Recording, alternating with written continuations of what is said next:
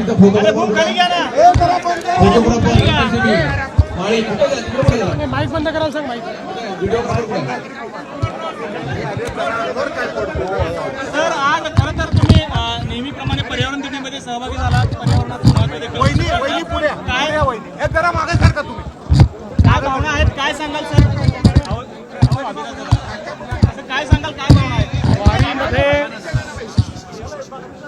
आषाढीच्या पूर्वसंध्येला महाराष्ट्र शासन पर्यावरण विभागाची पर्यावरणाची दिंडी, पर्यावरणाची वारी पंढरीच्या दारी या ठिकाणी येत असते.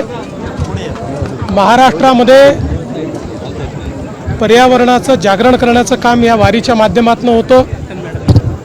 आपल्या पारंपरिक संस्कृतीच्या माध्यमातून कीर्तन असेल, भारुड असेल, गोंधळ असेल, पोवाडा असेल, अशा विविध सांस्कृतिक माध्यमातून आपल्या परंपरेमध्ये पर्यावरणाला दिलेलं जे महत्त्व आहे आणि विशेषतः भागवत धर्मामध्ये ज्ञानेश्वर माऊलींपासून जगद्गुरू तुकाराम महाराजांपर्यंत सर्व संतांनी ज्या प्रकारे पर्यावरणाचा संदेश दिला आहे तो पोचवण्याचा प्रयत्न या माध्यमातून आपण करत असतो. आणि मला अतिशय आनंद आहे की दरवर्षी या वारीला अधिक चांगला प्रतिसाद मिळत असतो. तर ज्या पद्धतीची गर्दी वाढत चाललेली आहे, म्हणजे गेल्या वर्षीपासून ही संख्या जी वाढत चाललेली आहे, तुम्ही 4000 कोटीचा आराखडा केलाय, पण आता दर्शन व्यवस्थेसाठी वेगळं काहीतरी करावं लागणार आहे. मला असं वाटतं की ही आपल्या सगळ्यांकरता आनंदाची गोष्ट आहे की ज्या प्रकारे वेगवेगळ्या व्यवस्था आपण सुरू केल्या आणि विशेषतः पालकमंत्री जयकुमार गोरे यांचं मी अभिनंदन करेन. जर्मन हँगर असेल, चरणसेवा असेल, बाकी सगळ्या स्वच्छता म्हणजे ज्याला आपण निर्मल वारी म्हणतो, 5000 टॉयलेट्स वारीसोबत जात आहेत, 1000 स्वच्छता दूत हे वारीसोबत चालत आहेत. त्यामुळे कुठेही घाण नाही, कुठेही अस्वच्छता नाही. वारीमध्ये विचारांची निर्मलता तर आहेच, पण वारी तिथनं गेल्यानंतर परिसराची निर्मलता देखील अतिशय उत्तम पद्धतीने ठेवण्यात आलेली आहे. वाळवंटामध्ये आपण बघितलं असेल कचऱ्याचं कुठे लवलेश नाही, अतिशय सुंदर त्या ठिकाणची व्यवस्था आहे. पाण्याची व्यवस्था त्या ठिकाणी निर्मल पाणी पाहायला मिळतं. त्या ठिकाणी कुठेही घाण किंवा विष्ठा आपल्याला पाहायला मिळत नाही. नवीन घाटाची व्यवस्था देखील झालेली आहे. या खूप व्यवस्था झाल्या आहेत आणि ही गर्दी किंवा वारकऱ्यांची संख्या, भाविकांची संख्या ही वाढतच राहणार असल्यामुळेच हा आराखडा करायचा आहे.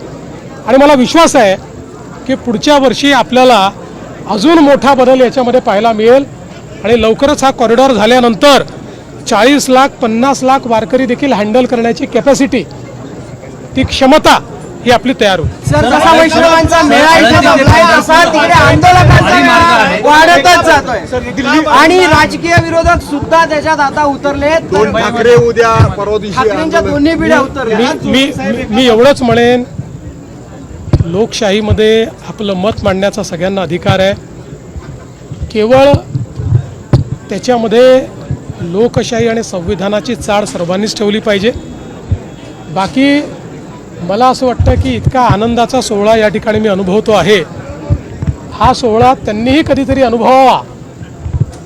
आणि विशेषतः जी मंडळी त्या ठिकाणी त्या आंदोलनाचा गैरफायदा घेत आहेत, मी सगळ्यांबद्दल बोलत नाही, काही मंडळी दिसते आहे की त्या ठिकाणी हिंसा करणे, वेगवेगळ्या गोष्टी करणे. माझी ईश्वराला प्रार्थना आहे की एकदा त्यांनाही वारीत या ठिकाणी येण्याची संधी मिळावी, म्हणजे त्यांचंही विचाराचं प्रदूषण संपेल.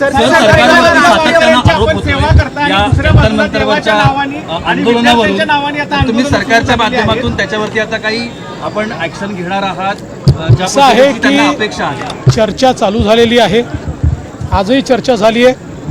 काल सोनम वांगचुक यांनी, आपल्याला कल्पना आहे की त्यांचं जे काही अनशन होतं, उपवास होता, तो त्यांनी सोडलेला आहे, उपोषण सोडलेलं आहे. आज प्रतिनिधींसोबत चर्चा चालू झाली आहे, उद्याही चर्चा होणार आहे. चर्चेतनं मार्ग निघत असतो आणि विशेषतः देशाच्या प्रधानमंत्र्यांनी एक पाऊल पुढे टाकून या ठिकाणी या ठिकाणी पेपर फुटीच्या आणि पेपर लीकच्या विरोधात अतिशय कडक कायदा त्यासोबत special courts, fast track courts आणि अपराध्यांना त्या ठिकाणी जरब बसवण्याकरता तात्काळ शिक्षा, हे जे काही विधेयक आणलेलं आहे, मला निश्चित विश्वास आहे की देशामध्ये आमची जी तरुणाई आहे त्या तरुणाईला याच्यामुळे समाधान होईल. जर राष्ट्रीय स्तरावर जसं आंदोलकांशी बोलण्याचा प्रयत्न होतोय तसं राज्य स्तरावर आंदोलकांशी बोलण्याचा काही प्रयत्न सुरू आहे. आम्ही नेहमीच बोलत असतो. राज्यात कुठलेही आंदोलन असलं तरी आम्ही बोलतच असतो.